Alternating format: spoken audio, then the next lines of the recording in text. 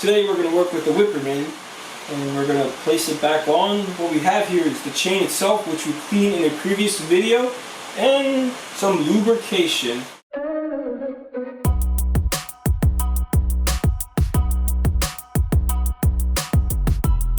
What we are going to do is make our lives easier first. I'm going to put the front derailleur to the big chain ring and the rear to the smallest cog. So what I do first is run the chain through and connect it to that first cog. And now I loop it through the first jockey and then to the next. Very easy. Now it's time to connect the chain. In this scenario, we have a quick release link. And one reason I prefer the Wippermann is because it's very easy to put on and take off. Also because it's a very long-lasting chain. This manufacturer has a specific way to put it on. It has to do with the way it connects to the crank. So to put it on correctly, you want this side here and here on the other one. Now that we put it like this, we reach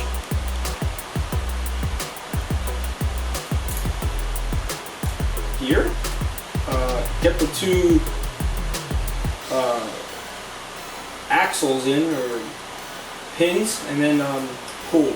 And then that's it. We're done connecting the chain. It's very important to put in the correct direction. As you can see, it meshes with the chain ring very nicely. But if I reversed it like this, it would not. And from another rider, he told me by doing it incorrectly, he would experience a lot of skipping, especially around here, and that's no good. So always follow instructions of your chain maker to put it on correctly.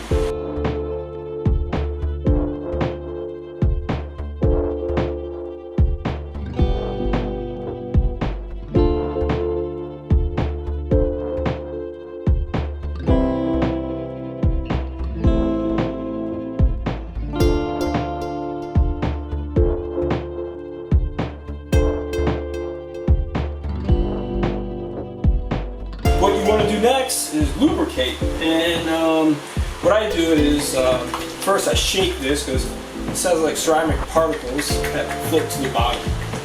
And be careful on how much you use, because this stuff is definitely a dirt magnet. So you want to just put like a bead. I should have measured from here. You want to put a bead from like the start of maybe the quick release to the end. Sometimes it's kind of hard to get like this. You gotta crank ring it. Anyway, I'm going to continue on. Just put like a small amount.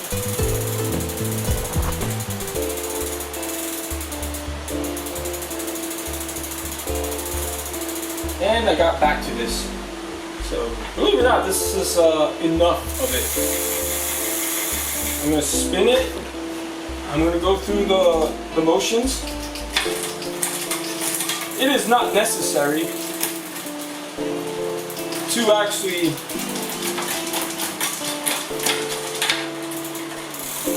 put lubrication directly onto the cassette unless you want to waste lubrication.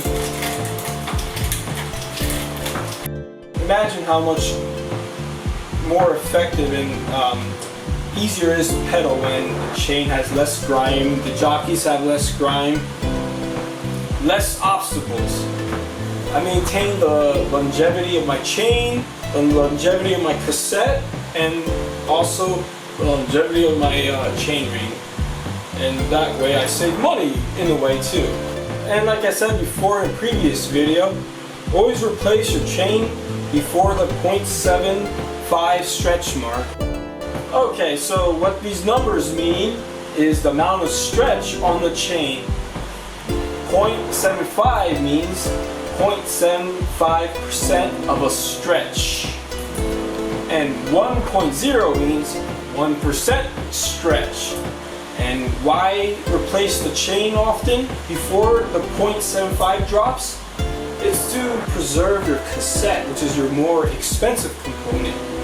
Now, I like this Wippermann because it actually lasts quite a while, and it saves you money on stuff like a chainring and cassette as they wear out.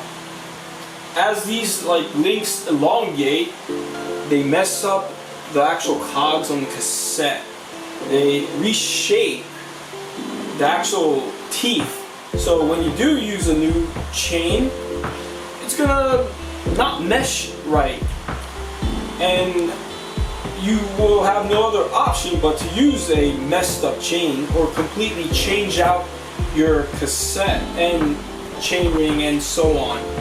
I mentioned in previous videos to also pay attention to the teeth of a crank chainring.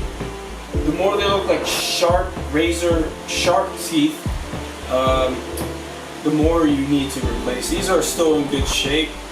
Really bad ones will stab you as you touch them. This concludes a clean drivetrain series. Any questions, leave them in the comments. I'll be glad to answer them. Thank you for watching.